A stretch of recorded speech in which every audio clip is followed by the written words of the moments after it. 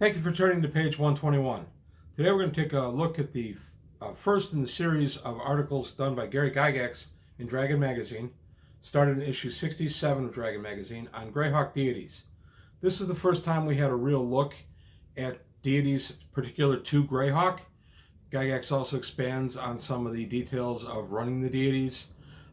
It added a lot of depth beyond what Deities and Demigods had done. And this started about 2 years after Deities and Demigods had been published.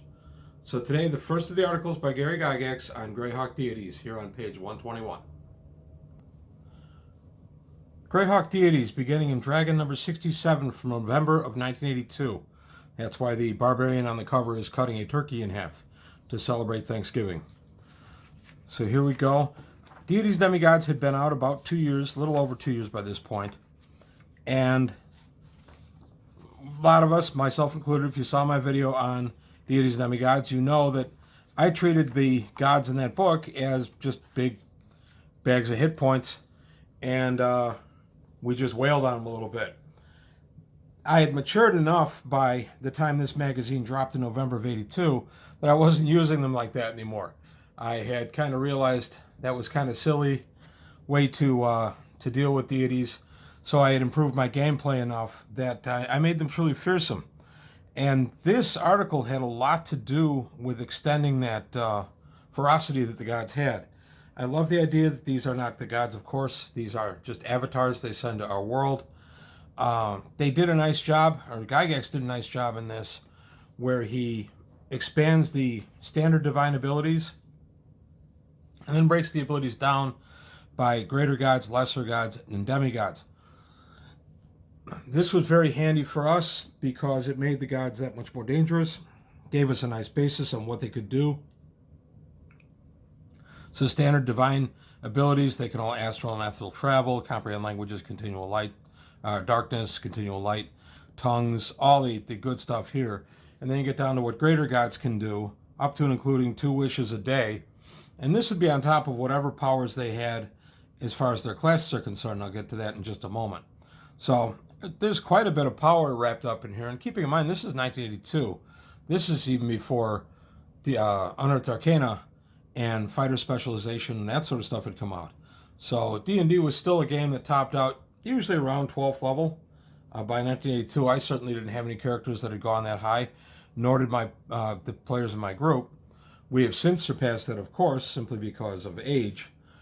But it took a lot of expansion in my personal game to make that happen. I had to adapt a lot of stuff even from 3rd edition to kind of fix what happens with this game after about 12th level.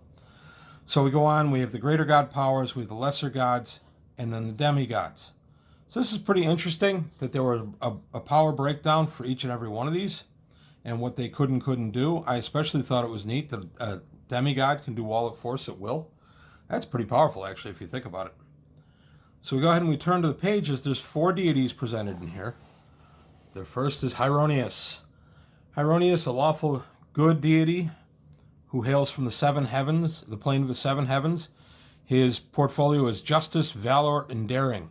Now, one quick note on this. I'm only going to expand what's happened in this article. I'm not going to say, oh, well, in 3rd edition they changed Heironeous to this, 4th edition Hextor became that. That's not what this video is about. This is to give a look at what they offered in Dragon Magazine back in 1982 and how it impacted the game immediately. So Heironeous has lots of powers. Swords of +2 or less will shatter upon hitting him, no saving throw. All kinds of cool stuff in here for his avatar. He can fire a bolt of pure positive material energy. He's a dangerous individual, especially at 12th level. Now, if I use any of these avatars, I did find that after 85 or so, I did have to beef them up a little bit. The game had some power creep from Unearthed Arcana. I'm going to cover that book in the future, and I'm expecting a lot of opinions on that book. But when this was done in 82, these were pretty much usable as written. I never had Heironeous appear in any of my games, or his evil brother Hextor. That's this guy right here. Both are lesser gods. Hextor is His portfolio is war, discord, conflict, and fitness. So I guess you could be some kind of evil bodybuilder. He is from the plane of Acheron, and he's the opposite. He and Heironeous are brothers, but they hate each other. They stand for opposite things, try to thwart or destroy each other at every opportunity. Again, pretty neat. Hextor figures a lot in the Great Kingdom in a lot of articles. So does Heironeous for that matter. But Hextor especially, as the Great Kingdom becomes more and more corrupt. So Hextor, actually, Hextorian priest, Hextorite priests, however you want to say it. I call them, I believe, Hextorians. Hextorian priests saw a lot more activity in my campaign when I was running on the eastern side of the Flanus, over by the Great Kingdom. I had the Great Kingdom dissolve a few years before From the Ashes was published, and it was kind of neat because a lot of what I did in my campaign was a logical extrapolation, obviously, because I did a lot of it in From the Ashes. One of these days I'll take a look at From the Ashes, and then maybe I'll do a comparison video between From the Ashes as written and how it was in my campaign. So the next deity brought up in here is good old Iuz. And the interesting thing about Iuz, let's do his portfolio first. He's oppression, deceit, wickedness, and pain. He's AC -4 or -8 with his cape. 45% MR, 65% with a cape. That's pretty powerful, especially in 82. He's chaotic evil, and his home plane is the prime material, Orth. This guy is native to Orth. Now, we know this now because there's been a million things published about Iuz, and all you have to do is Google his name, and you'll see it. But at the time, we had very little information on him. And in fact, the first lines up here, whether Iuz is a human who has become demon-like through the centuries, or whether he is some semi-demon, as some suggest a Bible of Orcus, no mortal knows. We know, of course, since then, and I'm going a little beyond this article, in that he is the son of Grazd and Igwulf. But we didn't know that at the time, so it was pretty much a blank canvas, and you could scrawl whatever you wanted on that blank canvas. Iuz has appeared in my campaign as Iuz, and since he's a demigod native to Orth, he's very powerful. I've even upped his power a little bit. I had a group of very high-level characters years ago. They actually had him on the ropes for a few minutes after a very long campaign and staging an opportunity to battle him directly. They had dimensional anchor down. He couldn't leave the area. He was able to weasel out through shape change and just got away from the party. They were a little mad at me about that, but I also figured he's really intelligent. That's what he'd do. And lastly, in this article, we have St. Cuthbert of the Cudgel, who's a lesser god. And if you know Greyhawk, you know he is an opponent of Iuz. He is the deity, he's a lesser god of wisdom, common sense, truth, forthrightness, dedication, and zeal. 80% MR, which is pretty powerful. Lawful good with neutral alignment. His worshippers are lawful good through lawful neutral.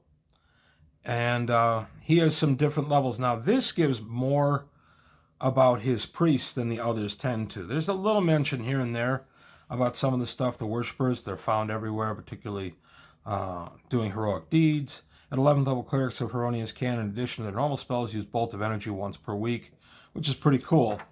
Cuthbert actually has a couple of different orders. There are 3 orders of this priest. Oh, Cuthbert, the plane is Arcadia. The 3 orders of the priesthood are members of the Chapeau. They always wear the floppy hat, as Cuthbert is pictured with his little floppy hat. They gain the ability to cast Shillelagh once a day. Members of the Order of Stars wear dark green robes with a starburst. They are the ones that are trying to keep doctrinal purity. They cast ESP once per day after attaining 4th level. And then the Billets, the most numerous, serving as ministers and protectors of the faith. These are your day-to-day priests who are going around smacking people with their sticks to keep them in line. They dress in simple brown and russet garments and wear a holy symbol of an oaken and bronzewood billet. They are able to cast 1 friend spell per day upon attaining 2nd level. So this is the first time, too, that we'd really seen any benefit directly to the priest for following his deity as far as gaining some special powers because of their deity. And I like that trend, and I actually expanded it to a lot of the deities, demigods that were in to the deities and demigods in deities and demigods. I also expanded that you could mimic the deity's weapon. If it was edged weapon, if his favorite weapon was a sword, you could use a sword. And that was also dealt with in a dragon article around the same time as this came out. So this was a particularly notable issue of the dragon, November of '82, because it also has the astral plane. This is a great article by Roger Moore, and a lot of this went into the planar handbook that came out a few years later. We used this, I used this a lot in my campaign once the characters got up a little bit, probably in the mid-'80s. This article was just my go-to. It's a very long article and then has an outstanding adventure set on the astral plane by Alan Rogers. So this is a great issue of the Dragon. It's not really readily available. I know you could find it on eBay. It's not that expensive. I wish they'd do another PDF release of these like they did around 1999 or 2000, where they went ahead and they released all the Dragon magazines up through 250 on a PDF. But I haven't heard anything being planned, and I don't find these on DriveThruRPG. So if anybody has a legal source that they can get their hands on these, please let me know. I'd be interested in having that on my channel and passing that on to people.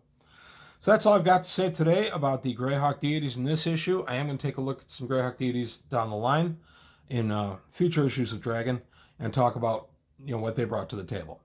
So that's it today for page 121. If you like what you saw, please like and subscribe, and I'll see you next time.